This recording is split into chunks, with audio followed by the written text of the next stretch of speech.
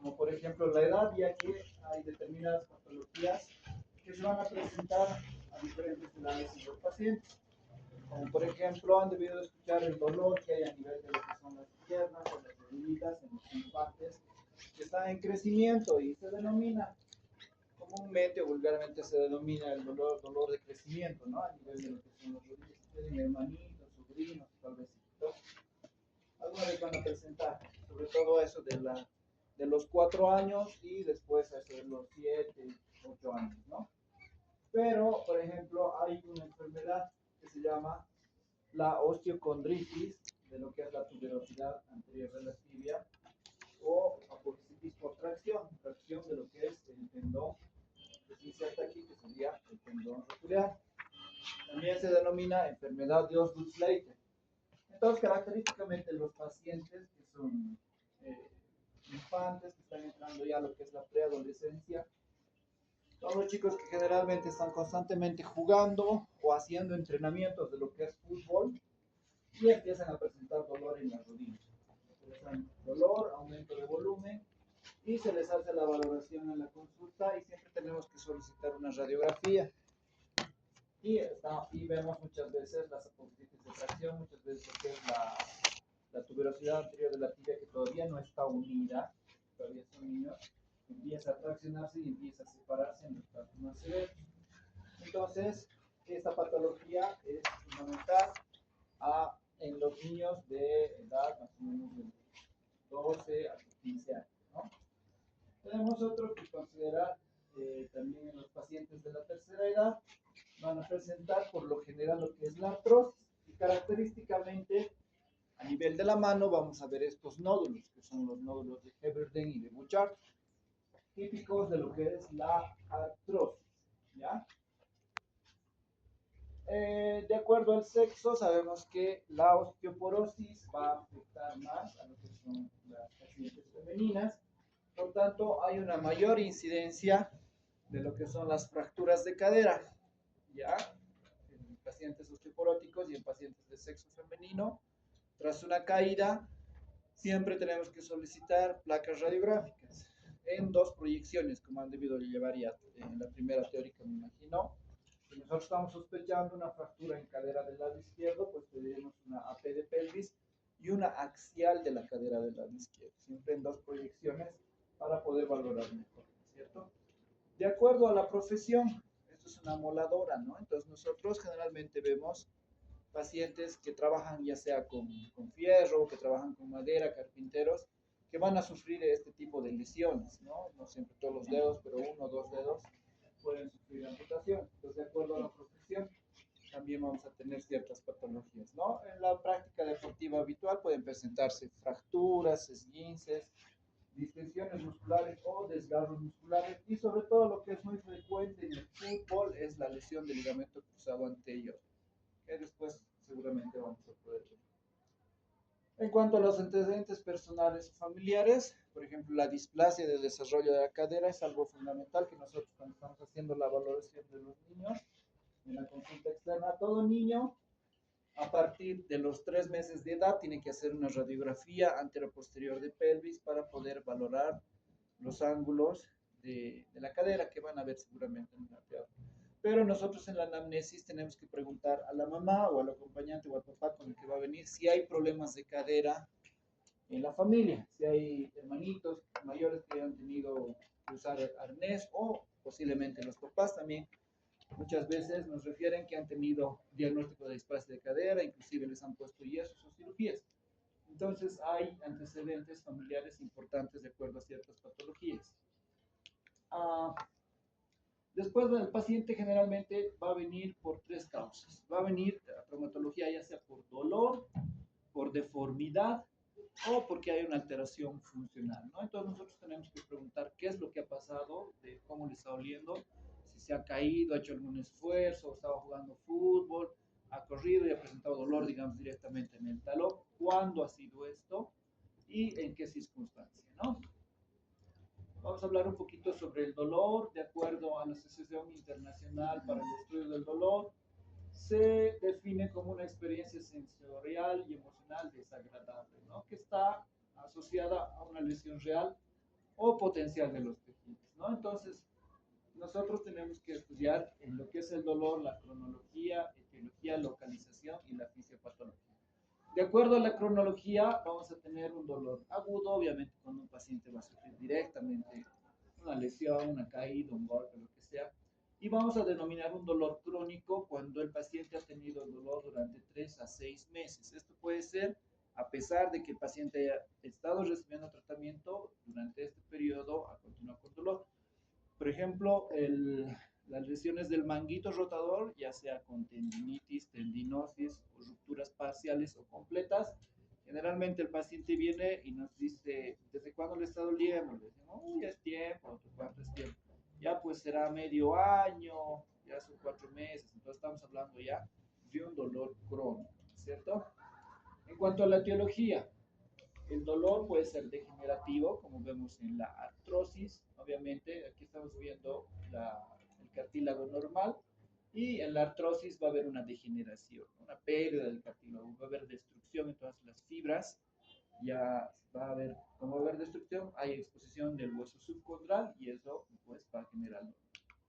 Puede ser inflamatorio, como habíamos hablado del hombro, en una tendinitis, es una inflamación tendinosa, en este caso sobre todo de lo que es el músculo supraespinoso, entonces la causa de dolor inflamatoria. Traumática, tras un golpe, una contusión, y el dolor postoperatorio que nosotros lo vamos a provocar después de realizar alguna cirugía, un enclavijado o colocación de placa o lo que sea, ¿no? En cuanto a la localización, obviamente localizado a nivel del lugar donde se ha producido la noxa o la lesión. Puede ser irradiado, aquí estamos hablando que hay dolor en el territorio de una fibra nerviosa sensitiva. Aquí estaríamos hablando de lo que es el nervio ciático, ¿no? Entonces, por ejemplo, cuando hay una lumbociatalgia por una compresión, por una hernia de disco, va a haber un dolor irradiado por el trayecto del nervio ciático.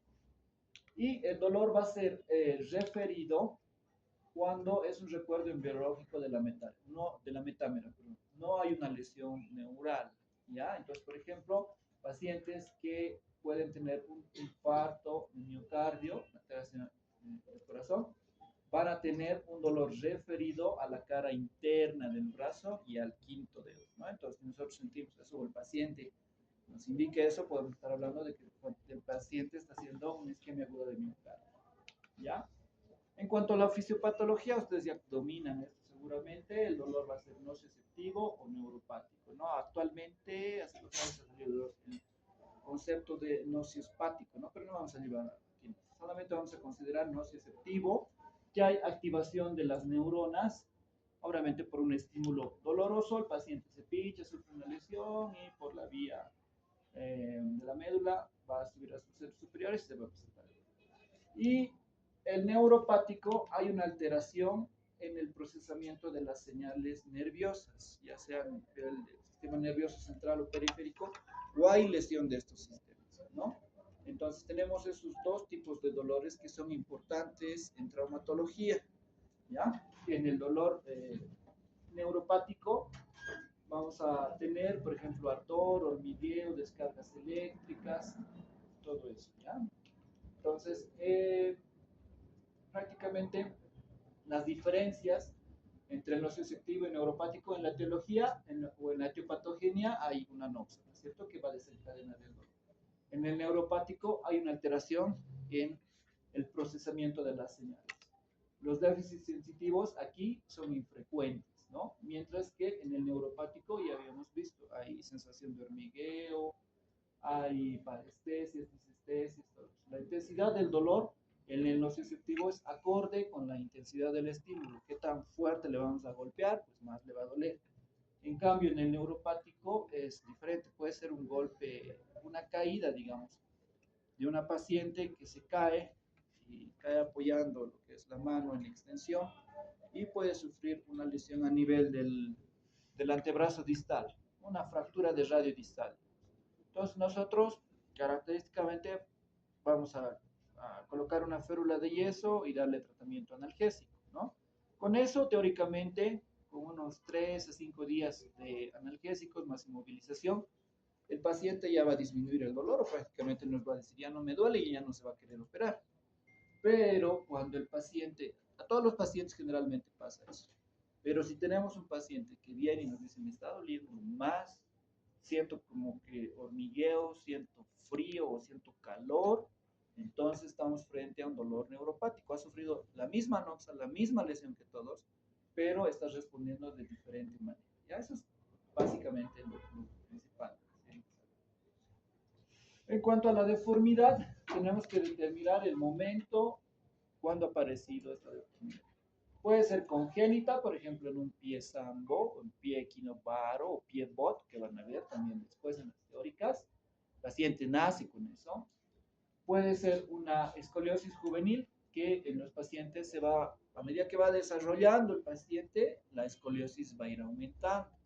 Es por eso que actualmente están cambiando ya los conceptos y los operan más jóvenes a los pacientes para que no vayan a ir a deformar la columna. ¿Ya? Entonces, la escoliosis juvenil, por ejemplo, tiene una alta tasa de progresión que seguramente van a llevar en la teórica de columna y es por eso que se hace las cirugías muchas veces. O tenemos relacionados con una lesión, ¿no? Aguda. Paciente que sufre una caída con una torsión de tobillo y presenta una luxación articular. Entonces, bien puede venir el paciente por deformidad, una de estas deformidades. También hay deformidades o variantes anatómicas que se van dando a medida que el paciente va creciendo. Por ejemplo, todos los humanos generalmente van a tener un genubaro. Ya entre los 0 y 3 años, generalmente todos somos rosquitos, más los hombres, ¿no? Entonces, tenemos que aumentar la base de sustentación y por eso somos rosquitos. Después se va yendo hacia el valgo, de los 3 a los 8 años, como están viendo aquí, la rodilla va entrando hacia medial y el tobillo se hace lateral, entonces somos más valgos, ¿ya?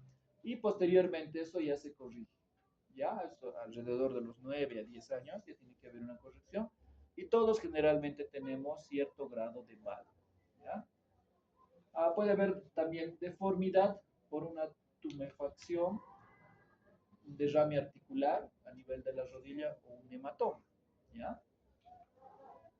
Las deformidades angulares que nosotros tenemos que considerar en el plano frontal, que son estas, ya les había mencionado, genuvalgo, genubaro y lo normal. Y en el plano sagital tenemos el geno recurvatum con la rodilla hacia atrás y el genoflexum con la rodilla hacia adelante, ¿ya? En cuanto a, el paciente también va a venir por alteraciones funcionales, ¿no? Puede venir por una pérdida de la movilidad, nos refiere, no puedo subir ya muchas gradas, antes trabajaba normal, ahora ya no puedo subir, o no puedo agacharme, entonces nosotros vamos a hacer ciertas preguntas, como puede cansarse, puede caminar más de una hora, puede estar sentado con las piernas cruzadas, para nosotros determinar ciertas patologías, ¿no? Por ejemplo, en una lesión meniscal, muchas veces el paciente no puede muchas veces cruzar o al cruzar la pierna va a sentir un dolor a nivel de la interlínea articular porque puede ser que tenga una lesión meniscal. Posteriormente, cuando ya terminamos lo que es la anamnesis, pasamos a lo que es la exploración física, ¿no? Entonces, el paciente idealmente tiene que estar descalzo y convenientemente desvestido para que nosotros podamos observar. Tenemos que tener un espacio suficiente para que el paciente idealmente pueda caminar en lo que es el consultorio para observar la marcha. Tenemos que tener una cinta métrica, goniómetro y el martillo de reflejos, ¿no? En la inspección, desde que entra el paciente, tenemos que ver la constitución, marcha, la simetría de las extremidades, si adopta ciertas posturas o si presenta limitaciones, ¿no? Las cicatrices, equimosis, heridas, deformidades que pueda presentar y las actitudes que presenta el paciente. De acuerdo a las actitudes, vamos a tener primero la actitud fisiológica normal. Es la que adopta el paciente al mantenerse erguido de pie y es el resultado de un alineamiento esquelético con mínimo esfuerzo muscular. Aquí el paciente hay cierta contracción de los músculos, ¿no? No está completamente relajado, entonces esa es la actitud fisiológica normal. Tenemos una actitud postural, que es aquella que desaparece por la contractura muscular activa y que es reductible voluntariamente. ¿Qué actitud postural muy frecuente tenemos? En ustedes, por ejemplo, que están todo el día con el celular estudiando, ¿no ve? Entonces están todo el día con una semiflexión de lo que es el cuello. Y hay pacientes actualmente vemos que tienen mucho por dolor, por contractura muscular, porque realmente hay chicos que están todo el día estudiando en el celular, ¿no ve? Entonces, puede uno extender y es reductible voluntariamente. Esa es una actitud postural. Antes, en el tiempo también decían los jorobados, ¿ve? Los que andaban así, agachados todo el tiempo. Es la actitud postural, es que se pare recto o que vayan a hacer chocar las escápulas, entonces se reduce voluntariamente. Tenemos la actitud compensadora, que es la que se adopta para disimular o suplir una deficiencia mecánica de una articulación enferma. En este caso estamos viendo una escoliosis compensadora por acortamiento de la extremidad. Entonces aquí estamos viendo la columna cómo se está desviando hacia este lado. Obviamente porque esta extremidad es más cortita. Entonces el paciente lo que hace es desviar esto para poder tener más apoyo en esta extremidad y se va a producir esa actitud compensadora. ¿Ya?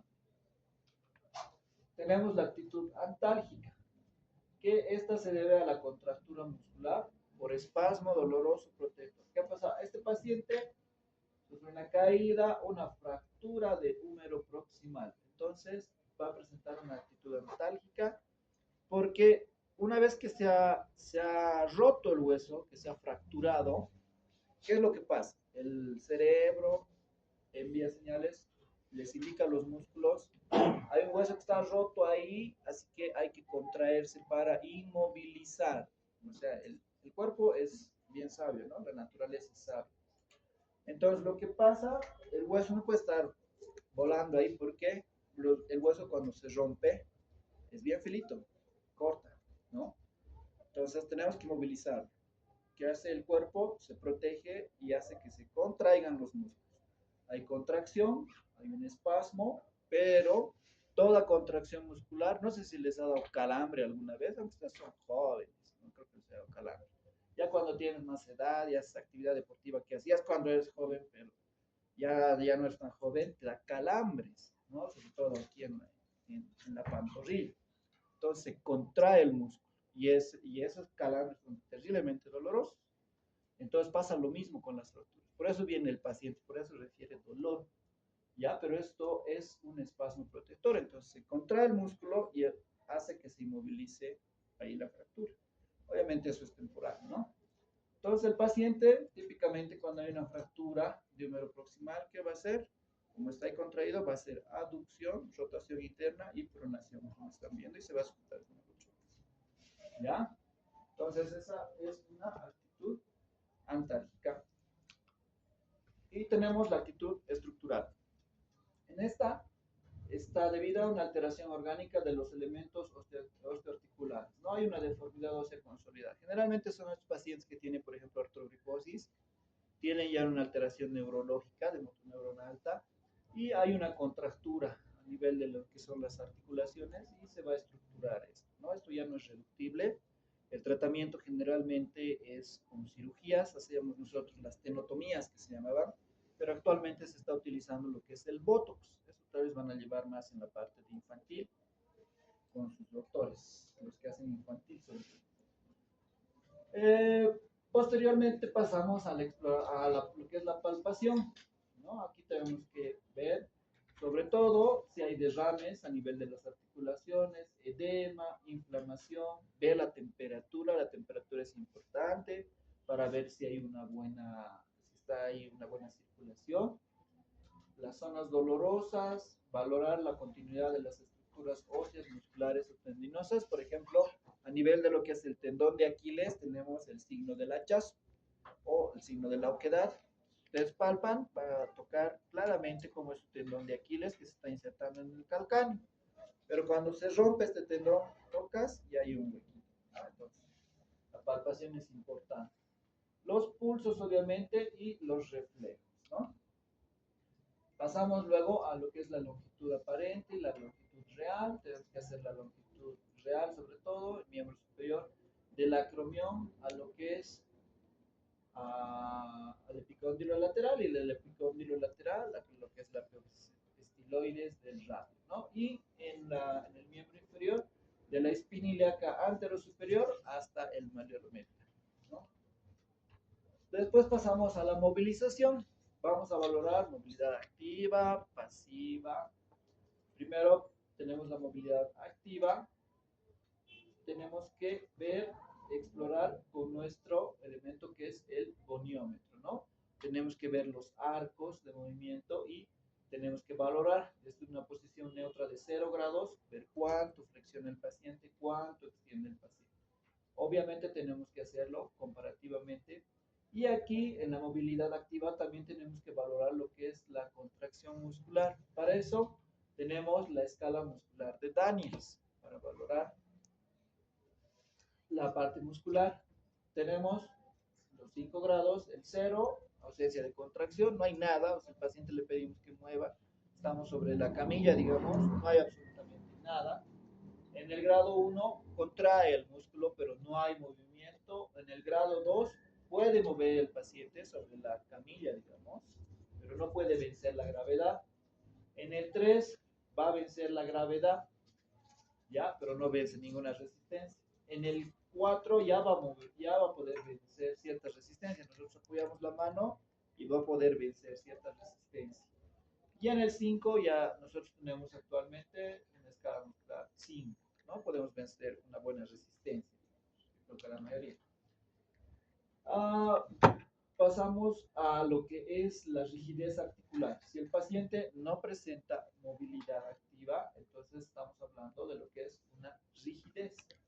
Ahora, esta rigidez puede ser total, ausencia total de la movilidad, puede haber una limitación o puede haber una limitación general de la movilidad o puede haber limitación de uno de los movimientos. Como saben, tenemos flexión, extensión, pronación, supinación, solo está limitado en algún movimiento.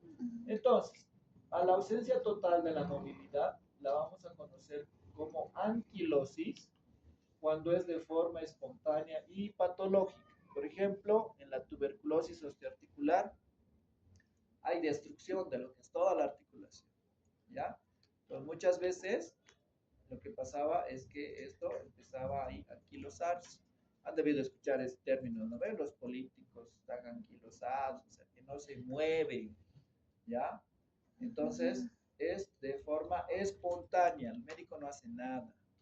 Mientras que si nosotros fijamos una articulación para que no se vuelva a mover, estamos hablando de una artrodesis. Esa es la diferencia. Anquilosis y artrodesis. Artrodesis es quirúrgica. Nosotros lo artrodesamos al paciente para que no vuelva a mover más esa articulación. Ya, por ejemplo, aquí en las rodillas están viendo una artrodesis con placas y tornillos. Se puede usar clavos, se puede usar fijadores externos, todo eso. La artrodesis era un procedimiento que todavía se usa, digamos, no tanto ya en rodilla, sino lo venimos usando en lo que es el tobillo, por ejemplo, y se utilizaba bastante en lo que es la cadera.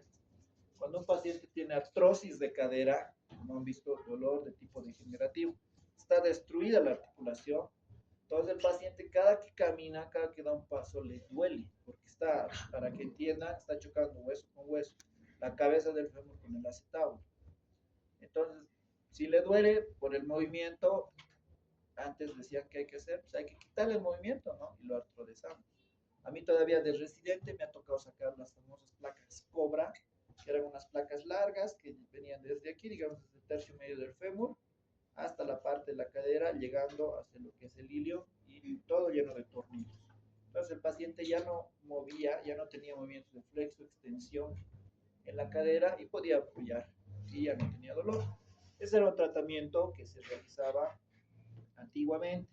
Actualmente, ¿qué tenemos? Las prótesis de cadera. Entonces, está gastado, le ponemos una prótesis y entonces la prótesis va a reemplazar, ya no le va a doler, porque vamos a cambiar todo esto que está destruido o que está gastado en la artrosis por elementos metálicos, ya sea titanio, cobalto, cobalto. Actualmente está el tantalio, ¿no? Pero bueno, entonces ya saben, anquilosis y artrodesis. Actualmente seguimos haciendo artrodesis de tobillo, por ejemplo, porque las prótesis de tobillo no tienen muy buen resultado funcional ni sintomático. Bueno, en el exterior también. En cuanto a la limitación general de la movilidad, puede ser esta, digamos, por inflamación o contractura articular. Inflamación en el caso de que pueda haber una celulitis, digamos, a nivel de la rodilla, o puede haber un derrame articular. Esto puede ser pus o puede ser simplemente inflamatorio, ¿no? Pero el paciente no puede flexionar o no puede extender completamente, no se queja de dolor, entonces hay una limitación general. Y puede haber limitación de uno de los movimientos, simplemente. ¿Qué es lo que pasa cuando un paciente, por ejemplo, se rompe el tendón extensor? Este paciente, creo que estaba haciendo, pero se ha golpeado por una pared o le ha llegado una pelota. Y se le ha roto a este nivel el tendón extensor. Entonces, como ustedes están viendo, yo le puedo pedir al paciente que cierre el puño y va a cerrar porque sus flexores están íntegros. Pero cuando yo le pido que abra la mano, abra los dedos, este se queda semiflexionado. Entonces hay limitación de uno de los movimientos, ¿no? Puede ser de causa mecánica por un tope óseo también, o por un bloqueo, digamos, la ruptura en la asa de Valde de los meniscos va a producir bloqueo. Hay pacientes que dicen que se me tranca mi rodilla, estoy caminando y se me tranca, y le hago un movimiento y se destranca, es tiene una ruptura en la asa de Valde del menisco. Entramos, hacemos la artroscopía y clarito, ahí tenemos. Después, como les decía, tenemos que valorar la movilidad pasiva, ¿no? Ver el dolor, si hay parálisis musculares, incompetencias tendinosas. Tenemos que ver el arco completo de movilidad, si este es completo o hay tal vez algún bloqueo articular. Y la movilidad anómala. Hay aumento de movilidad articular, por ejemplo, en los pacientes que tienen el síndrome de Ehlers-Danlos. ¿Qué es el síndrome de Ehlers-Danlos? Cuando hay una hiperlaxitud ligamentaria, ¿ya? Ustedes van a ver, por ejemplo, todos tenemos un grado diferente de laxitud. Si tratan de llevar los dedos de la mano hacia el dorso, a ver, que mí no se mueve ni 90 grados, no puedo más. Pero ustedes si hacen, hay personas que pueden casi llegar a tocar la parte del antebrazo o que van más allá. Entonces, hay grados de laxitud que nosotros tenemos que valorar, que muchas veces se correlacionan también con lo que es la displasia de cadera. Y también vamos a ver, por ejemplo, en fracturas agudas, un paciente que nos llega a urgencias, un tequeado, que no responde obviamente a estímulo verbal ni doloroso, puede estar su pierna así. Entonces es movilidad anómala, ¿no es cierto? No es normal que se mueva así la pierna de esta forma. Hay una fractura aquí, ¿no? O puede ser por una ausencia de consolidación en un segmento, lo que estaríamos hablando de lo que es una pseudoartrosis. Una pseudoartrosis es cuando hay una fractura que no ha consolidado. Entonces, al no consolidar, se hace una pseudoartrosis, una falsa articulación. ¿Ya? Va a haber movimiento a nivel del foco de fractura. Bueno, ahora vamos a pasar a la semiología básica del miembro superior. Vamos a empezar con la inspección. Tenemos el signo de la carretera, por ejemplo, ¿no? Aquí están viendo la cabeza del húmero que se ha ido hacia adentro. Ha sufrido el paciente una luxación anterointerna y debido a esto vamos a tener el signo característico de la charretera. Como están viendo, ya no hay esta semicircunferencia que está dada por el músculo deltoides. Aquí vamos a ver prominentemente lo que es el acromión y directamente va a caer hacia lo que es el húmero. Entonces, esto se le denomina signo de la charretera, característico en la luxación glenohumeral. El signo de la pseudocharretera vamos a tener cuando hay una luxación acromio clavicular, ¿no? Entonces, se va a poder ver esta prominencia que nosotros vamos a denominar como signo de la pseudocharretera, ¿ya? Y aquí mismo vas a ver después que hay el signo de la tecla de piano. Nosotros vamos a empujar a este nivel con nuestro dedo y va a entrar y va a salir como una tecla de piano. Obviamente el paciente se va a quejar de dolor, pero está descrito, ¿no? Como signo de la tecla de piano. Tenemos la escápula alada. La escápula alada se da por lesión del nervio torácico largo, que va a producir una parálisis del músculo serrato anterior o lesión del accesorio espinal con una parálisis del músculo trapecio. Le pedimos, bueno, el paciente generalmente va a venir y nos va a decir mi espalda como que se sale, no sé, lo siento medio raro. Entonces nosotros, ¿cómo vamos a valorar al paciente? Le pedimos que se apoye contra la pared. Normalmente, cuando no hay lesión de estos nervios y no están afectados sus músculos que están inervados, las escápulas se van, cuando nosotros nos apoyemos o al hacer una lagartija, las escápulas se van a pegar hacia el tórax por competencia de sus músculos. Pero si hay lesión de su inervación, la escápula va a tender a salirse o a saltar, como estamos viendo aquí. A eso le denominamos nosotros escápula alada. En los niños vamos a ver algo similar, que es la deformidad de Sprengel. Vemos como una pseudoescápula alada. Pero esto, ¿por qué está dado? Es una anomalía congénita en la cual hay una fusión de la escápula hacia lo que es la columna torácica o cervical. Ya hay una barra ahí, hay una barra de fusión. Entonces, el niño no es necesario que se apoye ni nada, va a venir a la consulta, nosotros le sacamos la ropita y vamos a ver, es una pseudo escapulada, pero que se denomina deformidad de Sprague, ¿no? Tenemos el signo de Popeye, que están viendo aquí, es una ruptura de la porción larga del bíceps. Deben saber quién es Popeye, ¿no? Y si no, busquen en su chat GPT. Entonces, se rompe aquí la porción larga del bíceps y se va a bajar el músculo. Y vamos a tener este signo de Popeye, ¿ya? Tenemos el signo de Henneking, que se da en las fracturas del húmero proximal, y es esta equimosis marcada que va a abarcar toda la cara interna del brazo y que va a ir hasta el tórax. El signo de la tecla de piano, que ya les había mencionado, y en la palpación tenemos que buscar los puntos dolorosos de todos los músculos supraespinosos, subescapular, todo eso.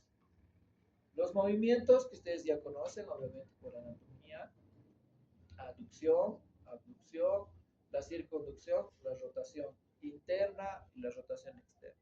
Todo esto nos va a servir para que nosotros podamos hacer las maniobras posteriormente. Vamos a pasar a las pruebas especiales. Van a atender porque luego en el ECO están así, tal cual. ¿Ya? La prueba del cajón anterior. Valoramos el grado de inestabilidad anterior. Entonces, ¿qué es lo que hacemos? También con una mano vamos a fijar la escápula y vamos a realizar con la otra mano desplazamientos anteriores de la cabeza. ¿Ya? Entonces, tratamos de llevar hacia adelante.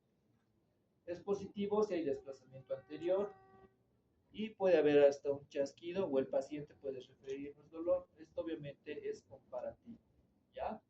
Ese es el cajón anterior del hombro, ¿no? Cajón posterior de hombro, valoramos el grado de inestabilidad, pero ahora en el sentido posterior. Están viendo, con una mano agarramos a nivel proximal de la cabeza, con el pulgar de la cabeza, para poder empujarlo. Y vamos a imprimir con la otra mano agarramos, imprimimos rotación interna a nivel de lo que es el antebrazo, rotación interna, y hacemos la presión con el pulgar. Entonces vamos a hacer que la cabeza se desplace hacia posterior. Creo que está de diferente manera en su guía, pero pueden ustedes hacer de la manera que ustedes quieran. La cosa es que en el cajón anterior buscamos desplazamiento anterior y en el cajón posterior buscamos desplazamiento posterior. Es para inestabilidad, para ver si hay inestabilidad. Obviamente por una lesión de los ligamentos glenohumerales, ¿no es cierto? O por una lesión puede ser de Bankart, puede ser del reborde glenoideo, varias lesiones. La prueba de la aprehensión es para inestabilidad anterior. ¿Qué es lo que hacemos? Abducción del brazo 90 a 135 grados y vamos a imprimir, como están viendo, rotación externa, ¿ya? Entonces el paciente va a presentar una aprehensión dolorosa, o sea, va a hacerse soltar, nos va a decir que le está molestando mucho, o que siente que se le está por salir su hombro. También se denomina prueba de cráneo. Hay que hacer con cuidado en pacientes que son hiperlaxos porque los podemos luxar. Y esta es la maniobra, por ejemplo, que se utiliza el kimura para sacar el brazo a los chozos. Entonces agarras, utilizas de fulcro tu brazo y ¡pum! Le haces la luxación. Así facilito. La prueba de NIM. Valoramos lesión subacromial, ¿ya? Entonces, ¿qué hacemos? Pedimos al paciente, bueno, Con una mano vamos a estabilizar la escápula, como están viendo aquí, y con la otra nos vamos a ayudar para que el paciente haga una elevación en rotación interna, ¿ya? En rotación interna. Aquí no se lo ve bien, pero esto tiene que ser rotación interna, ahí, y ahí tiene que levantar. Lo tienes un poco más, ¿ya? No hay, en rotación interna, ahí es, ¿ya? Para lesiones subacromiales. Puede ser el supraespinoso, la bursa, la porción larga del bíceps. No es específico para uno de estos, pero si hay lesión de alguno de estos, el paciente va a referir. La prueba de Hawkins-Kennedy, igual para ver un conflicto anteromedial del hombro. Pedimos que haga flexión del codo y del hombro a 90 grados y vamos a imprimir una rotación interna hacia allá, la rotación interna forzada. Entonces el paciente va a presentar dolor subacromial por lesión de las estructuras subacromiales. Entonces agarramos y le hacemos rotación interna. El paciente va a tener ahí dolor a nivel anteromedial. Ya podemos hacer de otra manera, utilizamos nuestro brazo como fulcro, agarramos su hombro contralateral y le imprimimos la rotación interna. Cualquiera de las dos vale. Algunos doctores dicen la yo como una, yo como dos. La cosa es que sirva para valorar esto. ¿Ves? Si hacen bien. Sí. Después tenemos la de Yokum, ¿eh? Para valorar problemas anteromediales. Igual. Aquí que cambia, vamos a solicitar que el paciente eleve encima de la horizontal el codo. Entonces vamos a valorar el hombro del lado derecho en este paciente. Le pedimos que se agarre el hombro contralateral, este estoy valorando, que se agarre el hombro contralateral y que eleve su codo, para que nos entiendan, ¿no? Porque no podemos decirle, haga elevación, extensión, rotación, eleve su brazo o eleve su codo. Y nosotros vamos a bloquear ahí. Vamos a poner nuestra mano y ahí el paciente va a referir dolor periacromal por algún conflicto que pueda haber en alguno de los tendones que son subacromiales. La prueba de Jouvet, esta sí es específica para lo que es el tendón supraespinoso. Entonces solicitamos al paciente que haga una abducción y que mantenga esa abducción, ¿no? Y nosotros vamos a aplicar fuerza descendente, ¿ya? Nosotros vamos a hacer que baje. Pero hay algo importante. Esta prueba, del 2017, la Journal ha salido, debe de ser realizada con una anteropulsión de 20 a 30 grados. ¿Qué quiere decir eso? No es completamente abducción. Eso van a encontrar en los libros viejos y los doctores antiguos también les van a decir. La prueba de Jouvet actualmente es con una anteropulsión, o sea, hacia adelante 20 a 30 grados, como están viendo ahí, y rotación interna, el pulgar hacia abajo. Rotación interna, rotación interna. ¿Por qué hacemos eso? Para valorar directamente lo que es el supraespinoso. Porque si nosotros hacemos ahí, el deltoides nos está ayudando. Entonces el deltoides puede hacernos variar la prueba. Si nosotros llevamos una anteropulsión de 20 a 30 grados y le hacemos rotación interna, lo estamos estresando directamente al supraespinoso. Y ahí es donde se tiene que realizar la valoración, la prueba de Jouvet. Van a encontrar en los artículos en inglés del Journal, por si acaso. ¿Ya? La prueba de caída de brazo, igual para el supraespinoso, sobre todo para el supraespinoso. Pedimos al paciente que haga una abducción de 90 grados y tiene que bajar lentamente. Si tu supraespinoso está bien, está competente, no tiene estructuras o no está inflamado, vas a poder bajar normalmente hasta llegar a cero. Pero si tienes alguna lesión, llegando a los 20 grados, el hombro se va a caer. Ya no vas a tener la posibilidad de poder mantener esa abducción o bajar lentamente. Se puede hacer un reforzamiento con el paciente, se le pide que vaya bajando y nosotros vamos dando palmaditas. Normalmente tendría que el paciente sostener el brazo, ¿ya? Ese es un reforzamiento de la prueba de caída de brazo. La prueba de Gerber, en esta vamos a valorar la integridad del subescapular. Entonces, ¿qué es lo que hacemos? Le pedimos al paciente que lleve la mano hacia la parte lumbar, el dorso de la mano que contacte la espalda. la espalda baja, para que nos entienda el paciente, ¿no ve? La parte lumbar. Y nosotros le vamos a decir que separe la mano de la espalda. ¿Qué está haciendo el paciente al hacer eso, al separar? Está haciendo un movimiento de rotación interna. ¿Y cuál es rotador interno potente? Pues el subescapular. Entonces nosotros estamos valorando ahí el subescapular. Vamos a resistir esa rotación interna y el paciente va a referir dolor.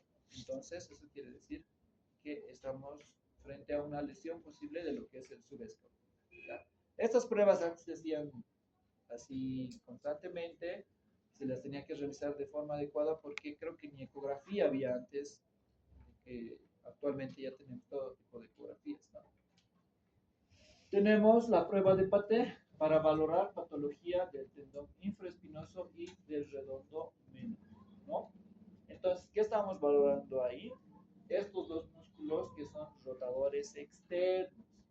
Entonces, si vamos a valorar la rotación externa, vamos a ir a expresar justamente ese movimiento. Vamos a resistir la rotación externa. Le pedimos al paciente que haga abducción con flexión del codo y que lleve hacia atrás el codo. Esa es rotación externa. Hacia abajo sería rotación interna. Entonces, va a llevar atrás y nosotros vamos a oponernos a ese movimiento. O sea, si ustedes saben la función que cumplen los músculos, difícil que se equivoquen con las pruebas o que alguien les diga, no, es para valorar la porción larga del bíceps. No, no ve porque estás valorando rotación externa. Entonces, si saben los movimientos, se van a ubicar muy bien con esto. La prueba de Jergason para detectar inflamación de la porción larga del bíceps. ¿Qué es lo que vamos a hacer? Resistir la supinación del antebrazo y la rotación externa del hombro. Entonces, como ven, al paciente le pedimos que pegue su brazo hacia lo que es el cuerpo y que ponga en pronación o la palma hacia abajo. Ahí, estamos en pronación. Entonces, ¿qué es lo que va a hacer la porción larga del bíceps? Va a hacer este movimiento de rotación externa. Si ustedes hacen fuerza, van a sentir ahí su bíceps todo poderoso y va a ser supinación. Entonces nosotros vamos a bloquear con esta viendo ahí. Vamos a bloquear y al paciente le va a doler aquí, en la corredera bicipital, ¿no? Inclusive puede tener una luxación o subluxación, a veces salta. Esa es la prueba de Jervis, ¿ya? Luego tenemos la prueba de Speed para valorar selectivamente la porción larga del bíceps. Entonces al paciente le vamos a pedir que haga una extensión completa del codo y de esa posición que haga una flexión, ¿no? Flexión de todo el brazo. Y vamos a ponernos. Entonces el dolor va a ir a este nivel también, a nivel de la corredera bicipital. La anamnesis pasamos ya a lo que es la anamnesis del codo, es lo mismo que ya les habíamos dicho, hay que ver inflamación, dolor, el inicio, antecedentes patológicos. Aquí lo importante es saber que tenemos un ángulo de carga, ángulo de acarreo o ángulo de corte, que es lo mismo, que en las mujeres desde 10 a 15 grados, son un poquito más valgas las mujeres, igual que en las rodillas, y eso también les condiciona que puedan hacer problemas después femoropatelares o artrosis, hay mayor incidencia por eso en las mujeres, en las rodillas, y a los hombres de 5 a 7 grados, no somos tan valgos, tal vez valgos, pero valgos no. Entonces, esto es lo normal, y aquí estamos viendo un codo valgo, ya cuando va por encima de estos grados, ¿no? Tenemos el codo varo, que es cuando la muñeca se va hacia adentro, lo contrario. ¿Qué problema se va a presentar con el codo varo? Una parálisis del cubital, porque ustedes saben que pasa el cubital por el canal epitrócleo-craneal. Entonces, cuando esto se va a ir hacia varo, este nervio va a empezar a distenderse, puede elongarse y puede llegar a una parálisis. En cambio, en el codo valgo, que estamos viendo que es hacia afuera, la deformidad es más que funcional, es simplemente estética, ¿no? Tiene su codo chueco. Tenemos que ver si hay aumento de volumen en el codo, puede ser como esto, la gota, ¿no? Los tofos gotosos, que a veces se infectan y pueden llegar muchas veces a producir una artritis séptica, ¿no? Entonces, eso ya nosotros tenemos que hacer un drenaje y todo eso, ¿no? Puede ser también simplemente una inflamación de la bursa, una bursitis. Nosotros hacemos una punción y obtenemos un líquido amarillo palescente que es característico de una inflamación. En cambio, si nosotros obtenemos esto, obviamente estamos frente a lo que es un débito purulento y tenemos que abrir este codo, hacer una cirugía. La palpación, como ya habíamos mencionado igual, hay que ver calor, derrame, si hay nódulos. Vamos a ver posteriormente las maniobras para ver lo que es la epicondilitis, que va a valorar sobre todo la inserción de los extensores, y la epitrocleitis para valorar la inserción de los flexores, de los flexopronadores. Si nosotros sabemos esto, va a ser bien fácil que entendamos las maniobras. La movilidad, ya saben, flexión, extensión, pronación y supinación. Entonces, para la prueba activa de la epicondilitis, ¿qué hacen los músculos que se insertan en el epicóndilo? Pues son extensores, ¿verdad? Los extensores. Entonces vamos a valorar eso, la extensión. Vamos a resistir la extensión. ¿Cómo hacemos eso? Le pedimos al paciente que ponga, digamos, sobre la mesa, o podemos hacerlo parados, que haga extensión y cierta desviación radial, ¿ya? Con extensión es suficiente. Y nosotros vamos a bloquear a este nivel del tercer metacarpiano y su falange proximal. Entonces, si nosotros bloqueamos eso, el paciente va a tener dolor a nivel del epicóndilo, ¿ya? Porque tiene justo una epicondilitis. Entonces, esa es la prueba para epicondilitis, ¿ya? En cambio, si nosotros queremos valorar los músculos flexores, vamos a resistir a la flexión, ¿ya? Entonces le pedimos al paciente que de esta posición haga flexión, que flexione la mano. Nosotros vamos a impedir eso, agarrando la mano, y el paciente va a tener ya también dolor a nivel del epitofio, ¿ya? Así de fácil. Luego valoramos la inestabilidad lateromedial del codo con las maniobras de varo y valgo para los ligamentos colaterales, ¿no? Aquí están viendo, estamos llevando la muñeca hacia afuera, por lo cual estamos valorando ligamentos colaterales mediales. Si nosotros llevamos hacia adentro, estamos valorando los colaterales laterales, ¿ya? El paciente puede referir dolor o directamente puede abrirse un poco la articulación, y lo cual sería un bostezo articular. En cuanto a la muñeca y la mano, ya habíamos visto, es importante la edad, ocupación, tiempo de la lesión, qué tratamiento se ha hecho y qué patologías pueda tener el paciente, como artritis reumatoide, por ejemplo. Es bien frecuente, van a ver en la consulta, el ganglión o quiste sinovial o quiste de dorso de la muñeca, que es una acumulación de líquido sinovial que nosotros entramos, operamos y sacamos todo eso, ¿no? Hay pacientes que a veces les pinchan en los consultorios, no sé, y otra vuelta vuelve a formarse, ¿no? Entonces el tratamiento es exceso. La artrosis, característicamente, ya les había dicho, están los nódulos de Heberding y Buchard. Y en la artritis reumatoide tenemos esta deformidad que es la mano en ráfaga o dedos en ráfaga, ¿ya? Con una desviación cubital de las articulaciones, como están viendo aquí, las metacarpofalángicas, deformidad en cuello de cisne, aquí de las interfalángicas distales, y la deformidad en ojal del pulgar. Entonces, eso es de una mano reumática completamente diferente a una artritis reumatoide. En el síndrome de Marfan, por ejemplo, tenemos la ortodontilia, cuando los deditos son bien largos, y los dedos en palillo de tambor en la acropaquia, cuando hay pacientes que tienen problemas respiratorios crónicos, ¿no? Generalmente pacientes que fuman mucho. A veces nosotros vemos este tipo de pacientes que les han hecho la sutura, pero vienen con un dedo así en completa extensión. ¿Qué ha pasado aquí?